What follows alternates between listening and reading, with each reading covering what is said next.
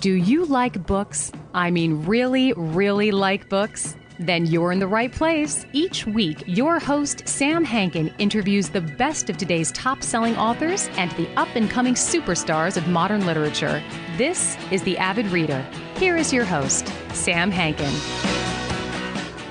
Hi, everyone. Welcome to another edition of The Avid Reader, brought to you by Wellington Square Bookshop. Today, we're joined by Dr. Steve Ramirez. He's a neuroscientist who's pioneering work on memory manipulation at MIT and Boston University has kind of redefined what many of us think memory actually is. His friend and mentor, Shu Liu, his memory factors largely in this work as well. The new book that we're going to be talking about is How to Change a Memory, subtitled One Neuroscientist's Quest to Alter the Past. So the interesting thing about this book, yeah, it's popular science. It's accessible to pretty much everyone. But not only does it blend the rigorous science that's involved in this study, but it also has a deeply personal side, which is part memoir, part exploration of the moral and, I guess, emotional terrain that opens up for all of us when we realize memories aren't fixed, but we're just kind of remembering the memory. So that leads to the idea of implanting false memories in mice, to reflecting on the memories that shape, in this case, his own identity. Steve, it's kind of like a challenge. He goes, yeah, if we could edit the past, should we? I would like to edit some of it. If you listen to his TED Talk, he would like to edit stuff about his ex-girlfriend, who he hopes wasn't watching the TED Talk. So a good way to not only begin the story is, well, first, welcome. Thanks so much for joining us. Thank you so much for having me. It's pretty awesome to be here. What I was going to say was a good way to begin the story, and it's similar to the way you do, is by, again, making everyone understand this is real. This is what's happening. And what you do is you talk about movies like Inception, Total Recall, Eternal Sunshine of the Spotless Mind. Is that right? That's how it is. Yeah. So, and that makes the book much more relatable, but it also is kind of scary. Mm-hmm. So why did you come up with those analogies at the outset? It was almost on purpose, or very much on purpose, to come up with these analogies of the Eternal Sunshine or Total Recall, for example, because I wanted to juxtapose a little bit of Hollywood with contemporary neuroscience, but to use it as an example of what the future does not have to be. Just to give a quick example, in Eternal Sunshine, right? It's like the idea is that you're getting rid of a total memory of an entire person that you broke up with because it's too emotionally draining to think about it. I think that in the movie, for instance, they go into the brain and localize memories into one single point in the brain and start zapping them away.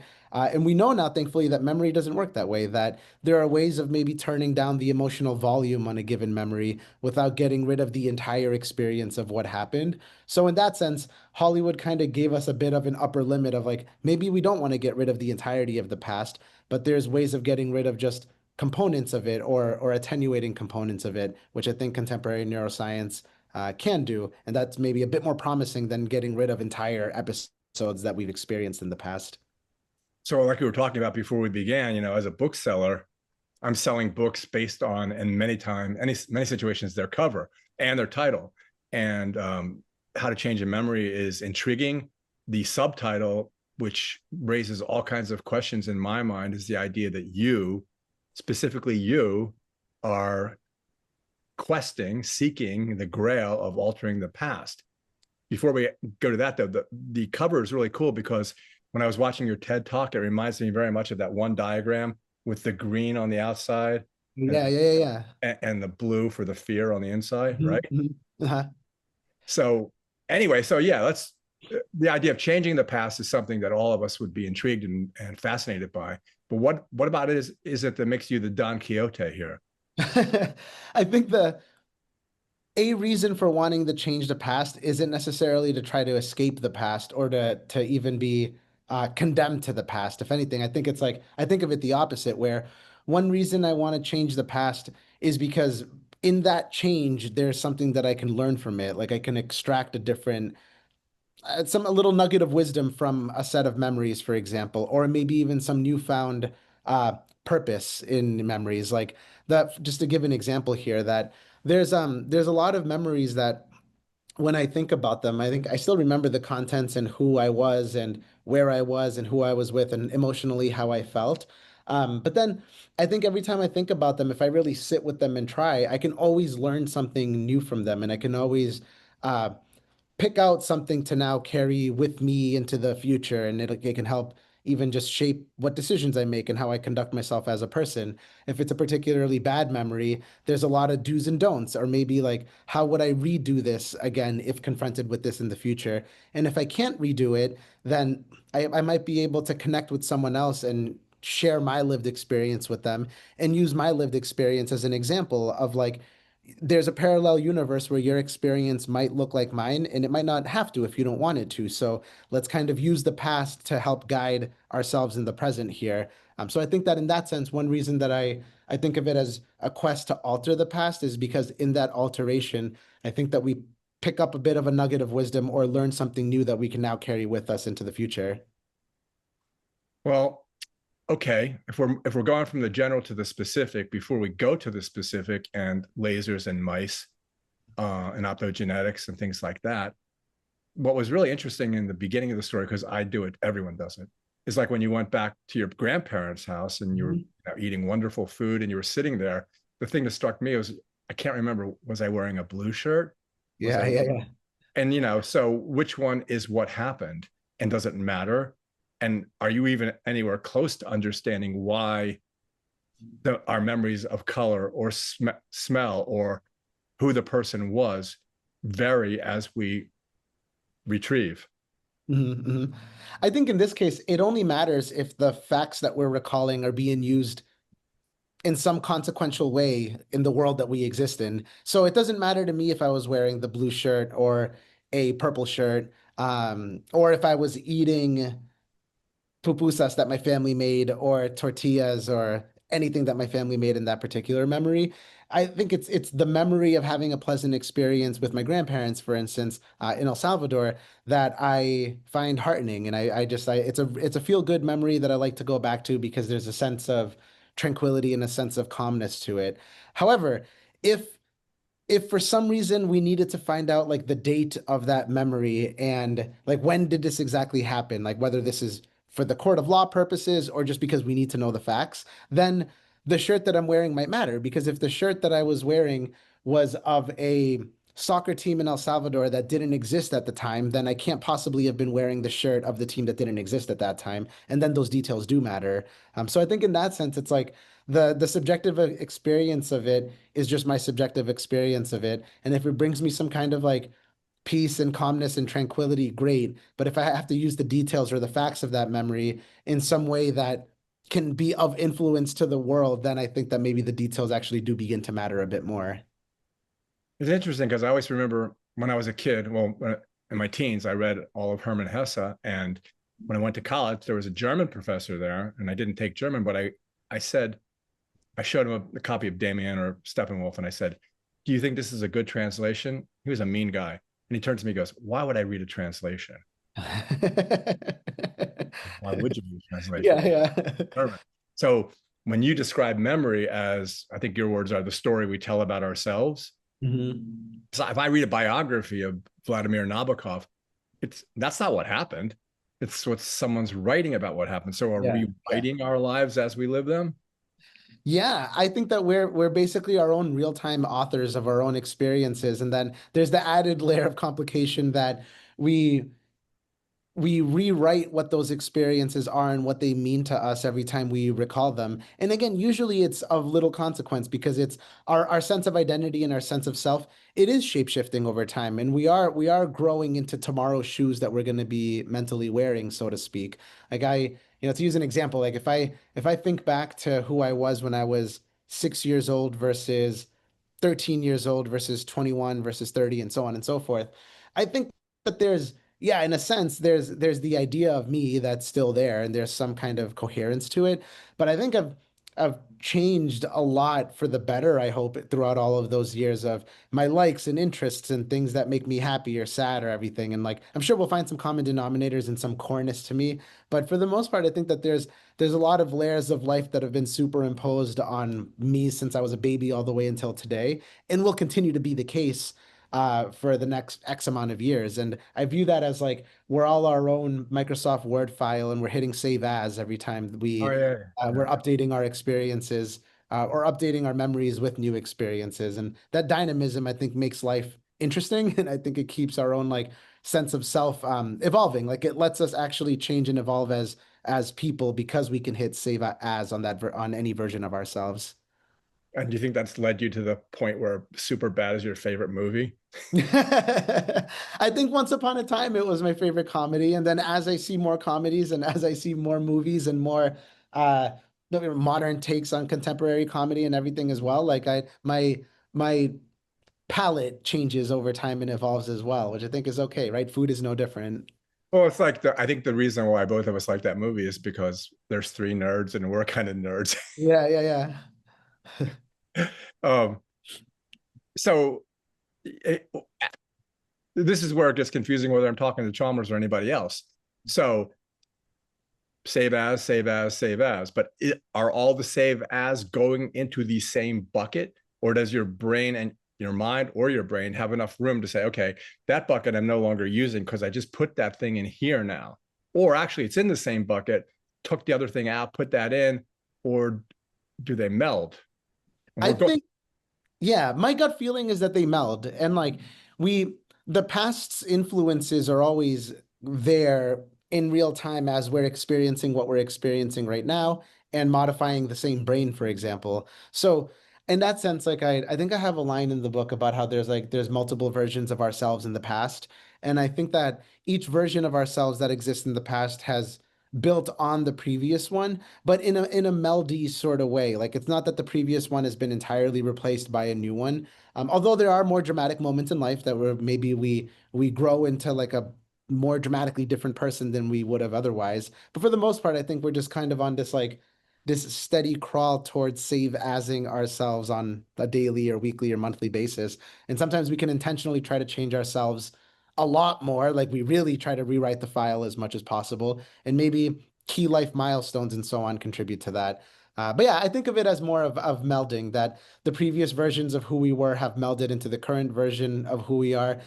And it's just this amalgam of all of our past experiences that shape who we are now and will continue to shape who we are tomorrow. In the book, I kind of had a moment of epiphany because in constantly seeking to understand where the seat of human consciousness lies, it's always been, it's like Chalmers, the hard problem. The thing about it is that you've kind of initially I thought, oh, he solved it. Our consciousness is simply the accumulation of all the memories that we've ever had in our entire lives. And I have this instant, which is gone, this instance where I'm aware that I do exist, but I don't anymore. And I don't know if I will again. So do you have your own idea about why and when and how we know that we're here?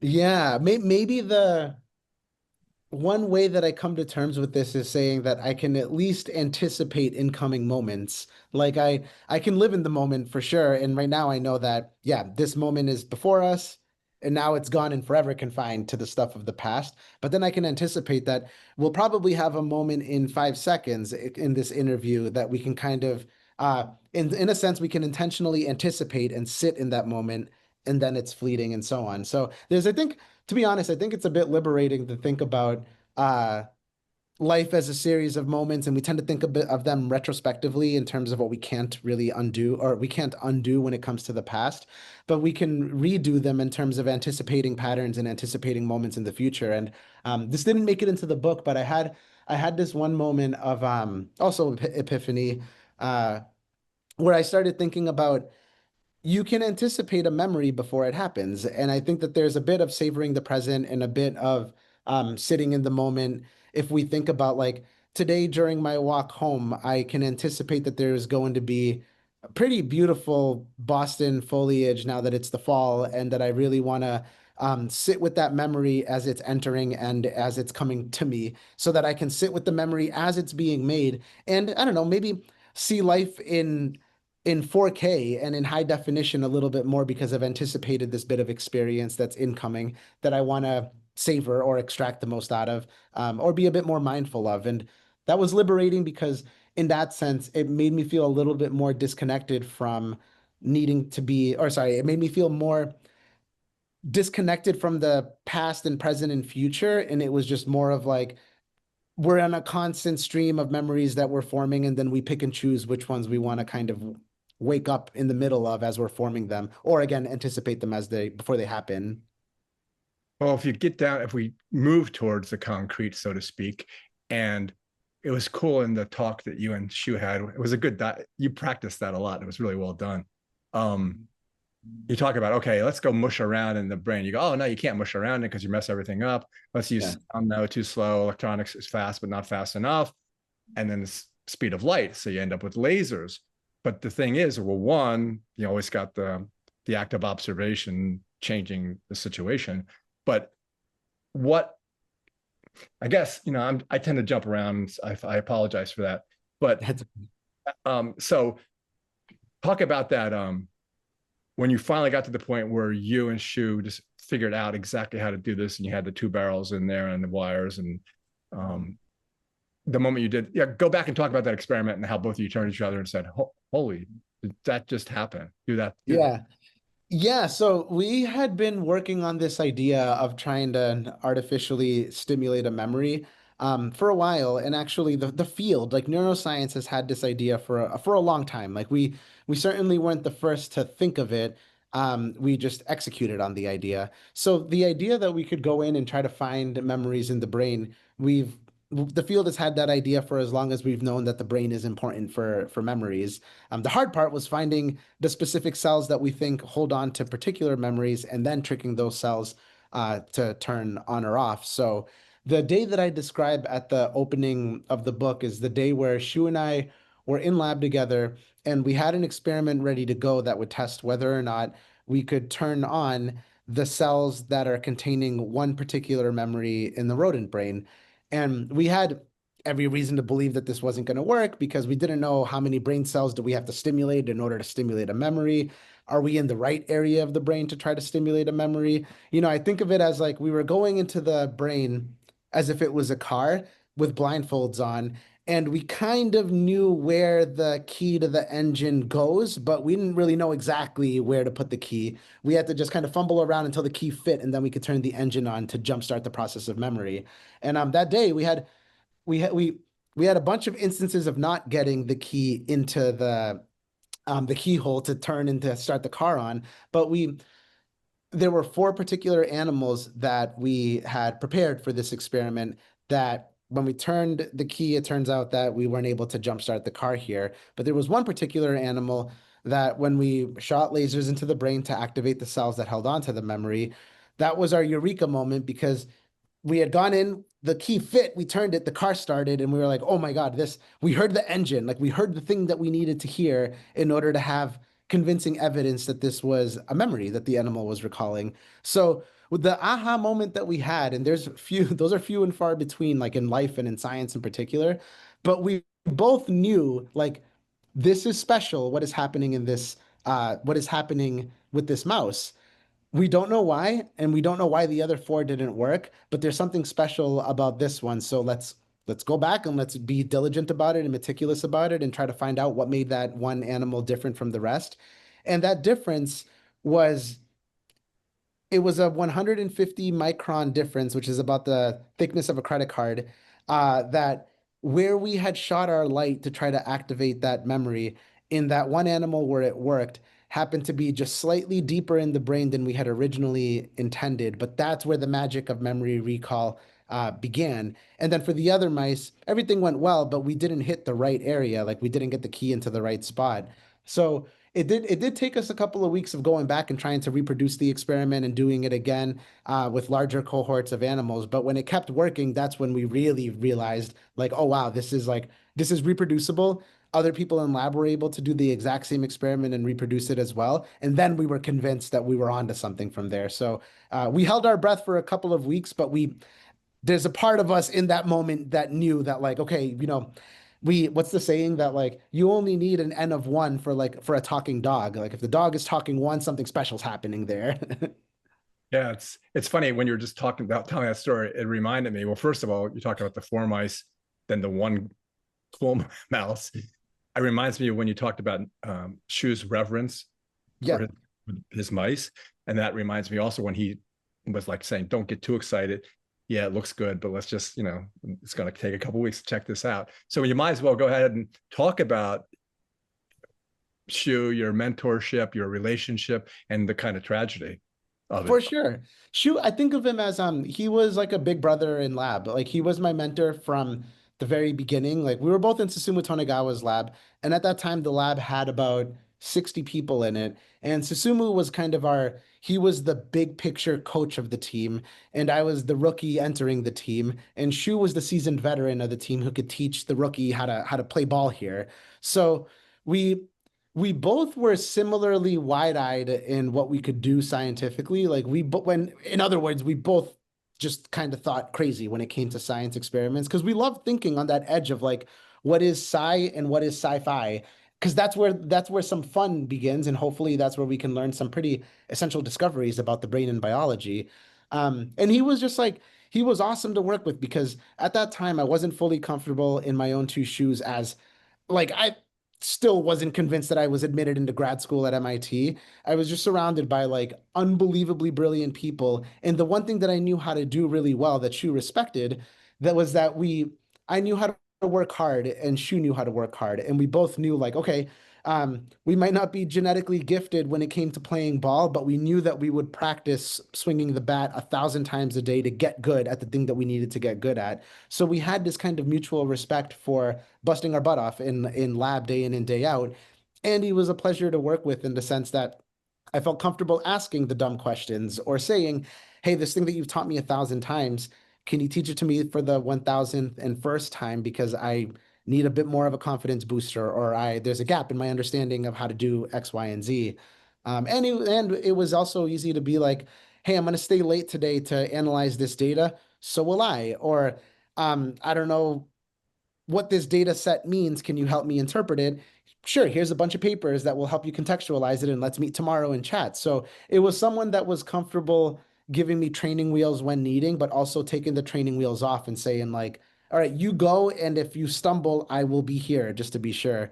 And that part was like wonderful to work with because I felt safe working with someone that was as observant and meticulous, but also kind and generous with his time and mentorship.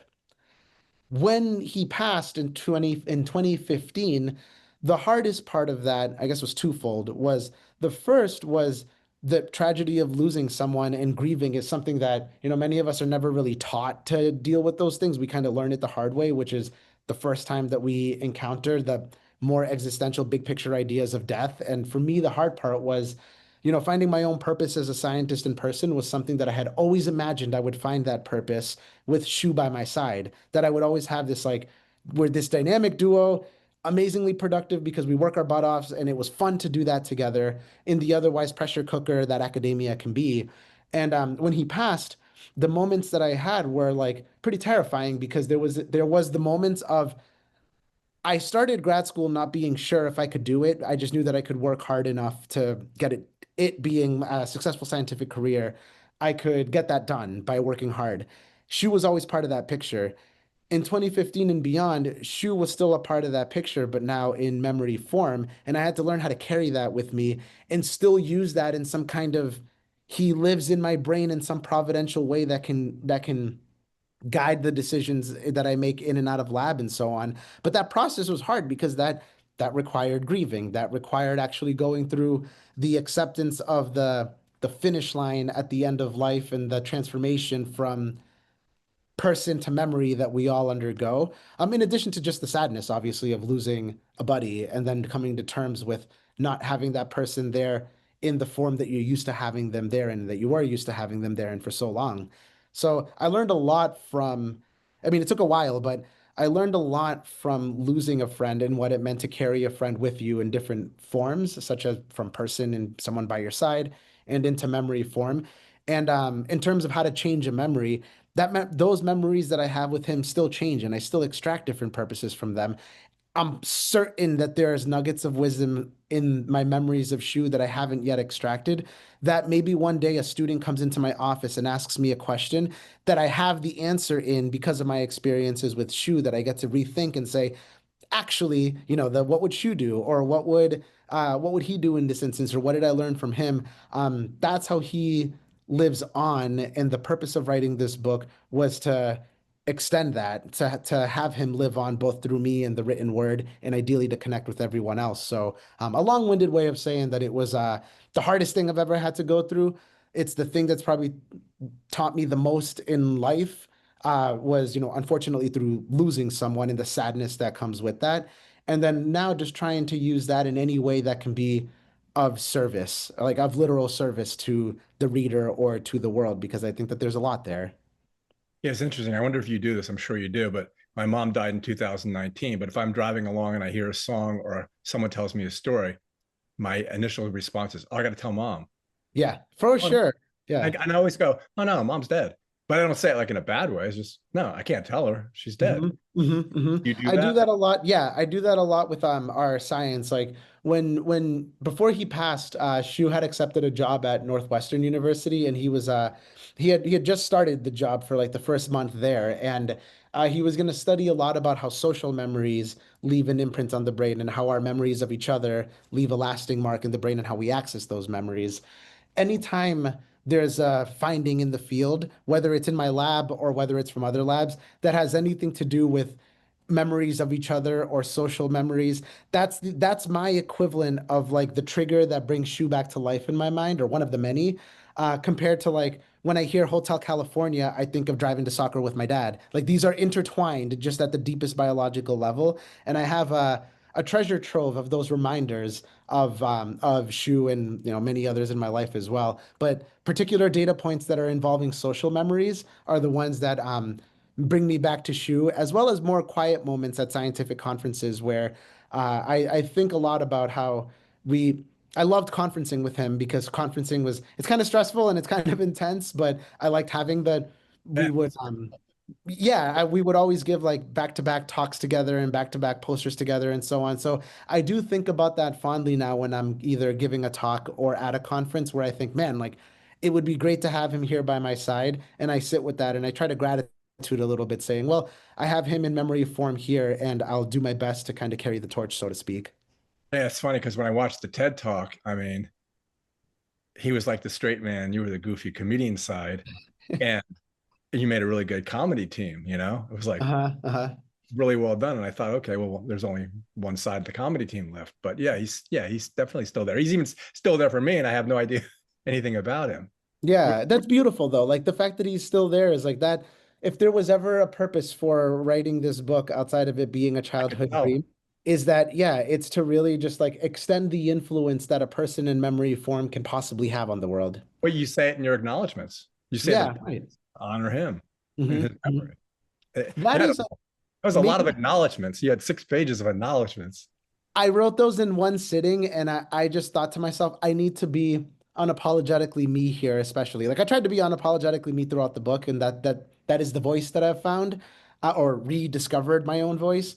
But the acknowledgments in particular, I was like, it doesn't matter if it's inside jokes or if it's whatever. Like some will connect, some won't, but I need this to be from the heart. Thank you, to everyone that helped shape me to who I am, because it was a way of not just acknowledging their influence on me, but a way of like commemorating, as well as in this case, one of the purposes of the book, and my personal way of addressing and resolving something as tough as grief, is to honor the thing that is giving you grief, is to honor grief and surround it with some kind of honor and lasting legacy, because then it's a reminder of how much influence a person such as Shu can possibly have. One of the things you just said a few minutes ago about Hotel California was it's always amazed me that music and um, smell, scent, Hmm. two evocative senses with regard to recalling memory. And I always wonder, well, does that reside in the hippocampus, or is the hippocampus reaching out, or is the cerebral cortex reaching out to say, okay, this is this glass of Veuve Clicquot Grand Dame reminds me of, or the smell of burning leaves, which Hmm. why do you think not that this has anything to do with your book, but why do you think those two are so evocative? Yeah, I mean, I think smell the classic response that scientists usually give is that it's our oldest sense and that the parts of the brain that are involved in processing smell have direct access to areas like the hippocampus, so that it has this kind of fast road to the hippocampus Oh, to yeah. reanimate the associated memories. Um, and yeah, I Yeah. also think that because of that, it makes it slightly more potent than the other senses that we have. It's funny because when I was reading the book by Eric Kandel, Mhm. and then I had a really good friend. Her name, you may even know her, Isabel Musio. Oh She, yeah, yeah, she was a really good friend of mine, and part of our friendship was based on her telling me about her experiments and the lasers. And although hers is a slightly different way of coming at what you do, but in any event, the coyote urine, yeah. which, Uh-huh. which is like, talk about freezing, right? Yeah, it's like it's instant. It's an innate response and we have that too, right? Like there's particular odors that will make us immediately flinch or move away, the same way that a really loud noise will make us immediately freeze in place and then fight or flight kicks in. Our brain is, I mean, it's been chipped away for 4 billion years of evolution, so it's really good at detecting potential threats and trying to avoid potential threats and gravitating towards the things that nourish it or the things that bring it any sense of either nourishment or all the way to happiness for humans as well. Yeah, Yeah. and the music example too is a particularly prevalent one because it's one of those things that, right, music, the visual arts, religion, these are like universals across every human culture ever. And I think that the reason for that is that the common denominator is a brain. And there's something about tickling brain cells in particular patterns, in particular frequencies that end up being the opposite of the coyote urine, or it ends up being the opposite of nails on a chalkboard. It ends up being something more rhythmic and melodic and something that for some reason gets us either tapping our feet or it brings that feel goodiness to it. And I think it's because music is tapping into that skeleton of reward processing that our brains inherently have. You just described the Cartesian duality perfectly, because I mean, yeah, the smell of death, you're going to run away because you don't want to die either. The smell of your fellow buffalo screaming, you run away Uh-huh. because you don't want to die screaming either. But so then the question about what we're talking about consciousness is it wetware or is it this FNS stuff that you're talking about? Is it the mind or is it the brain? You're not any Yeah, you're not any closer than anybody else, I don't think.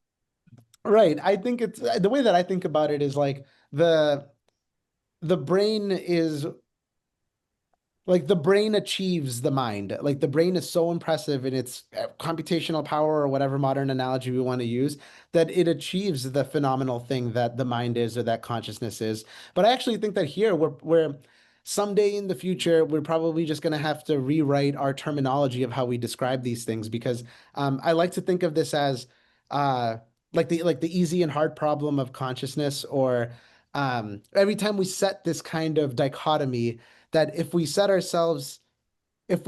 up a dichotomy that reveals some kind of paradox that might exist, like these two things can't be both true at once, then we might be asking the wrong question. That our tools haven't gotten sophisticated enough to ask the right question about consciousness or about Cartesian duality or anything as well. And I think that that's not necessarily a bad thing. That just means that we have a lot more work to do to understand the machine or maybe the non-machine that the brain actually is. And then in the future there will be more apt and more appropriate metaphors like the heart is a pump or that kind of thing that unifies what the brain actually is doing. And the fact that we're not there yet, I think means that it's certainly a call to arms for we need more research and we need to really understand this thing that is the product of or the thing that's produced everything that's ever been achieved, which is the brain. Yeah, so to go back to the original point here is that I think that whenever we set up a certain question that ends up revealing a paradox, I like to take a step back and say, damn, like maybe we're asking the wrong question. So let's just kind of drive these to the ground with science as much as possible until we find a reconciliation. For example, there was a lot of biology and a lot of psychology that makes sense when we describe it now in neuroscience terms, with neuroscience being kind of the baby of biology and psychology. So there's some new science, either new science or some evolved neuroscience or neuroscience 2.0 that we're going to need to describe some of these larger phenomena like consciousness, or how does the brain modulate the body, or the difference between the brain and the mind might be a matter of semantics, but the semantics are still pretty important.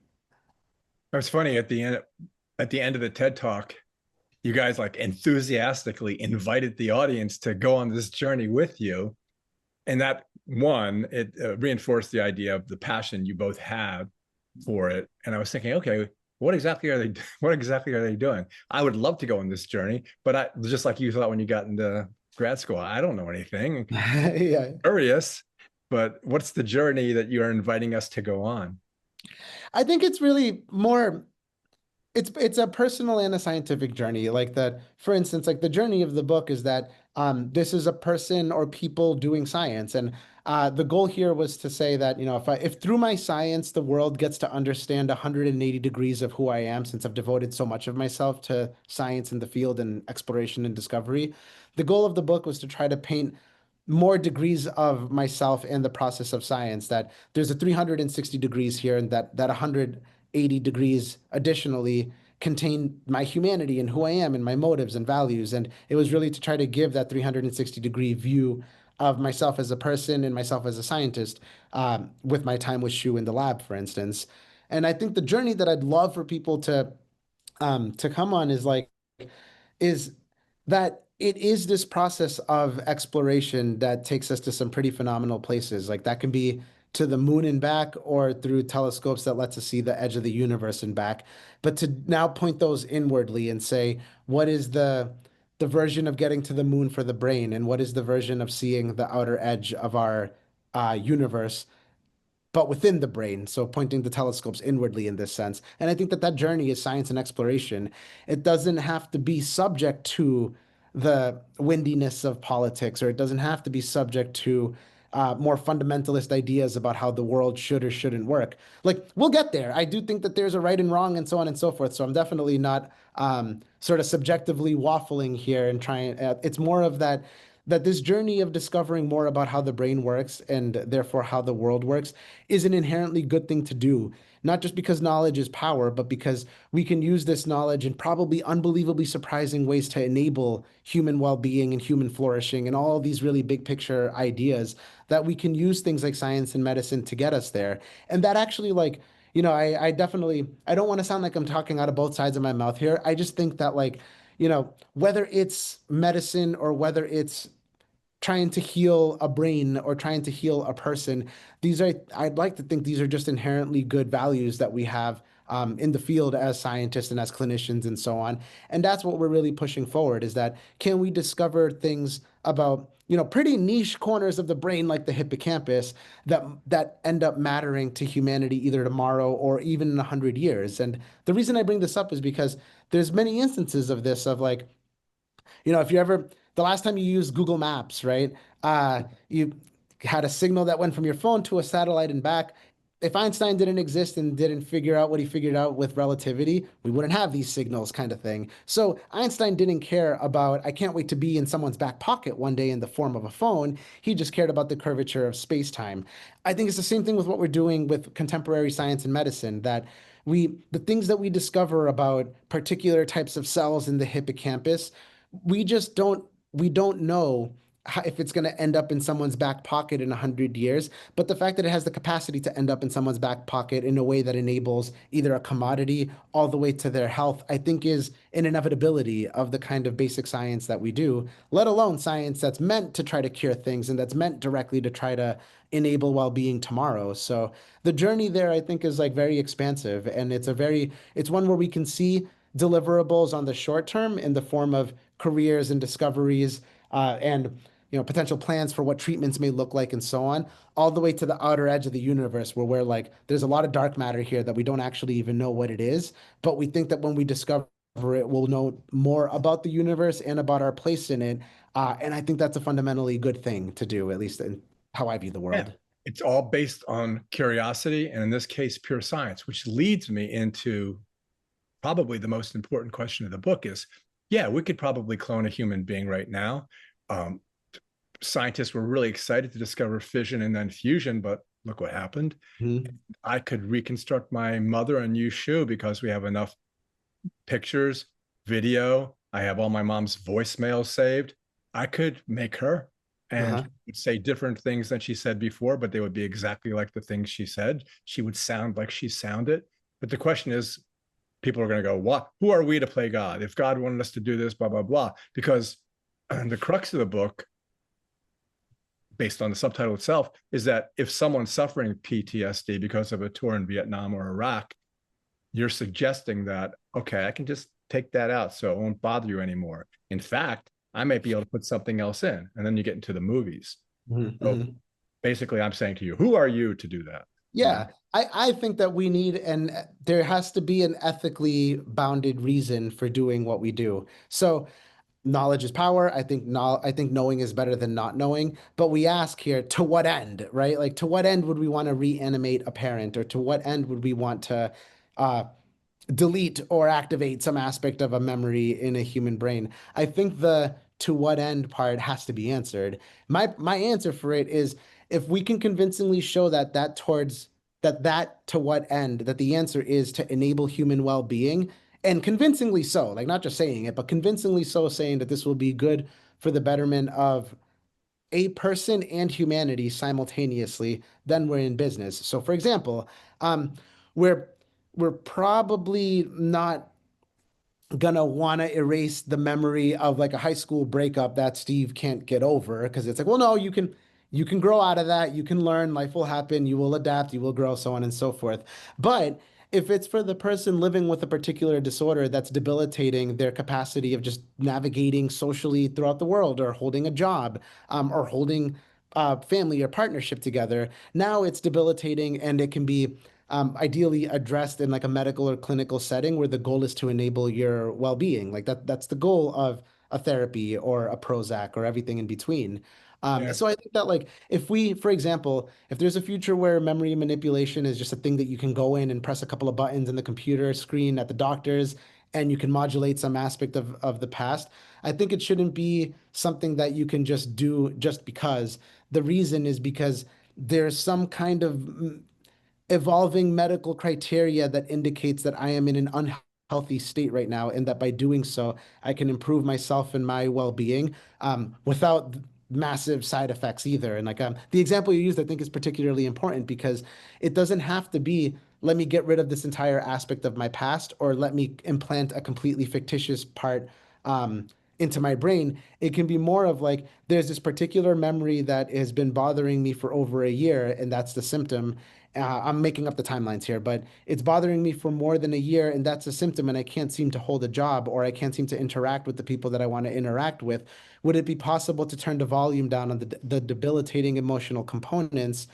Or I haven't felt in a while. Would it be possible to turn the volume up on the feeling emotional components so that I can try to maintain some kind of stability in my life again? Because then we have an ethically bounded criteria for when we would want to do any kind of intervention, and that would be to enable well-being. And I think that at least that gives us a bit of a seatbelt over all of this.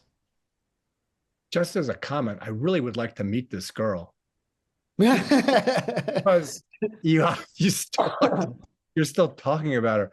Does she know? After, you said at the TED Talk, I hope there's one person that's not watching this. Does she know now? I mean, because Yeah, it's more of a tongue-in-cheek thing. Like, it's certainly just because it's an easy example, but there's plenty of more moments that I like, plenty of more embarrassing moments on my end that I would much rather go in and start toggling the emotional oomph in, like, like getting getting getting sick one night at a college party when I was an undergrad at BU, or things like that. Like, there's things like that that I certainly oh can. yeah, tell me about it. Yeah, that I'm a bit more like, oh, I kind of wish that one didn't happen. The former ex example is just more of a tongue-in-cheek, tying it into Eternal Sunshine kind of thing. But the reality, though, is that none of those are debilitating on my end. Whereas when we think about it on an actual debilitating perspective, then I think that we can start, if we can view things like memory manipulation as a kind of antidote, or like a kind of therapy, so to speak, then I think we're really in business, because the goal is to help people. And as long as we can have that goal of helping people, it might not be perfect, but it at least gives us, I think, a goal with goodness in mind, as opposed to fusion fission for the sake of fusion fission. Like I think that it's okay to give us a little bit of guardrails here. Yeah, but the problem is, as we were talking about before we began the show, look at the society we're living in now and the lack of civil discourse and stuff like that. So this idea of to what end, which is a great phrase for me to think about, it's really a slippery slope right now.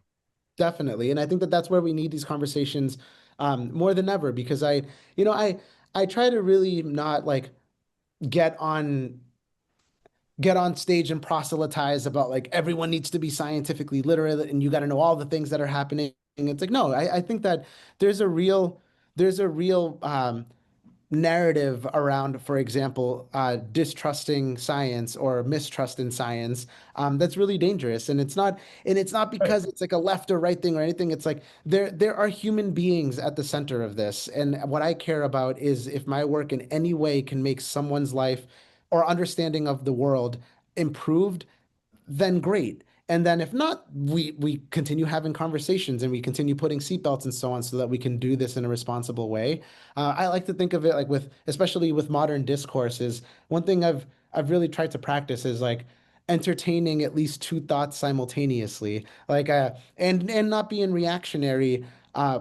We're all reactionary. We're all human. We're going to have our knee-jerk response of good and bad, but I like to approach the world with a bit of thoughtfulness that I really think it deserves. Of is my goal to change someone's mind? Is my goal to meet them halfway? Is my goal just to kind of talk about science and try to take people along this journey of what we're doing in the lab? The to what end part I think does matter because then I understand the situations where yelling is necessary, and I understand the situations where civil discourse is necessary.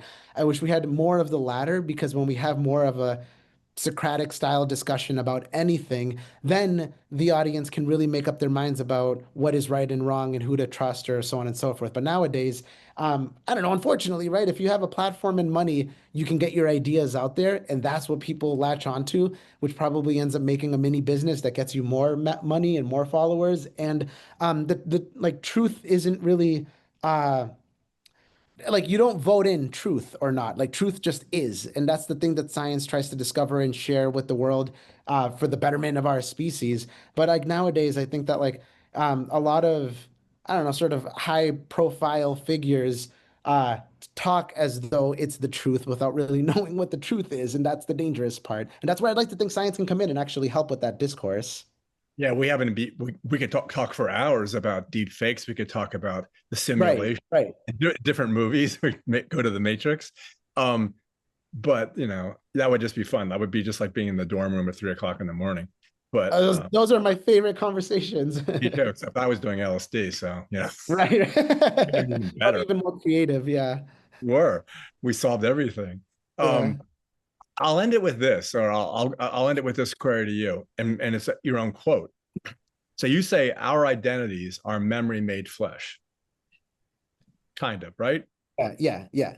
Okay, so the last question is, okay, assuming everything you've said about the potential and if all the ends are towards a good goal, towards not a utopia, but an idea where we are going to help people feel better about themselves and be more capable, more in touch with their family and themselves, and we're going to use these tools to accomplish that. If you do, then you are also changing their identity because you Hmm, said hmm. Yeah, you yeah. said your identity is memory made flesh. Once you dig around in there and pull one out, put something else back in there, you've changed their identity as well. At least I'm positing that. I agree. And I think that one thing that really matters to me in this future where all of this is possible is that personal agency really matters. And someone that elects in to have some aspect of their identity altered. I'd like to think that ideally it's done in a way where I mean, it's done responsibly and in a way where everyone kind of just knows what's happening underneath the hood here. So for example, like taken to its extreme, who am I? Like, am I who I was this morning before a cup of coffee, or after a cup of coffee, or after a good night's sleep or a bad night's sleep, or after a particularly good day or a particularly bad day? I'm all of those, right? I'm an average of all of those, and I think it's the same way here, where if we view memory manipulation as a kind of antidote for the brain for the sake of decreasing suffering and increasing well-being in any capacity and in any dimension here, that if we view it that way, then the the changing of our identity is we've elected, we have agency in saying that, oh, that's okay. I want to be the person who I am when I am good night's sleep, cup of coffee, good mood, good to go. That's the best version of myself. I accept that there's other version of myself, bad mood, didn't have a cup of coffee, didn't get a good night's sleep. But if we have any agency or control over that, then I'd like to think that it can be just part of our toolkit that we use for navigating the world, right? Like right now, like a cup of coffee, you can just buy it at Starbucks for $4.99.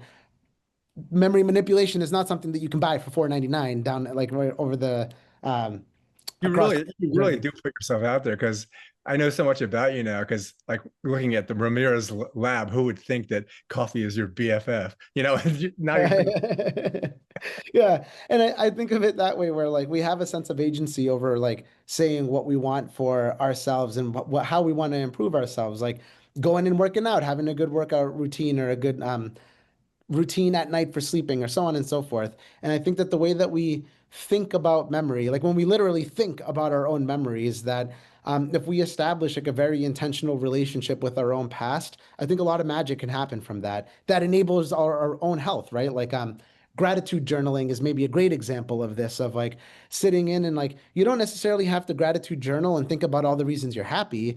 You're thinking about what particular people mean to you, what particular, yeah, music reminds you of someone and what that means to you, or an aspect of the past that you just find difficult and would you want to rewrite it or leave it, let it be. Like bad can exist as just bad, and that's very okay. But we come to terms with that and we accept that as well. I think that if we can establish that kind of real-time dialogue with our own memories, with our own sense of self, the amount that that empowers us like as an organism and as individuals as a part of a society is pretty remarkable. And like that I think is maybe one of the more one of the loftier goals of the book, is to have people come away from it being like, what is my relationship with my past? And it doesn't have to be all good and it doesn't have to be all bad, because humanity, right, we exist right in the middle. And if we can see ourselves in that middle and then look forward and backwards, then I don't know, I think I'd like to think that we've progressed a little bit if we can do that.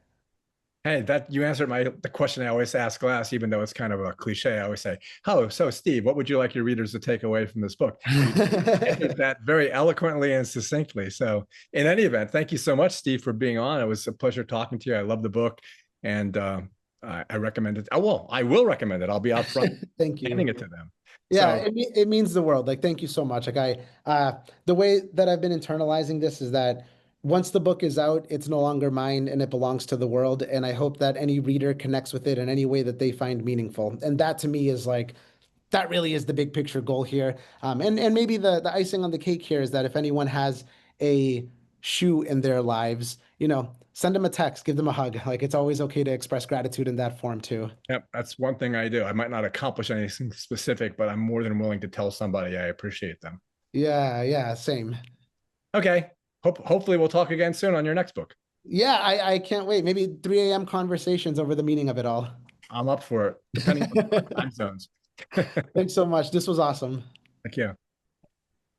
Okay, we're out. But before I go, I wanted to just tell you that was really good. Thank you so much. Thank you. I just got back from Dubai, Oh, wow. and the only reason I went there is because I remember when I was a kid, I used to think what the future would look like, and it certainly doesn't look like downtown Philadelphia. So when I go to Dubai, it's like the Jetsons. I'm looking at the Burj Khalifa, or going to the very top, the 156th floor of the Burj Khalifa, and all the other buildings are the same height as the Empire State Building. And I'm looking at this thing, and it's impossible. Yeah, it must feel so surreal. It was, yeah, we went to the Museum of the Future there, and everything was exactly what they're doing.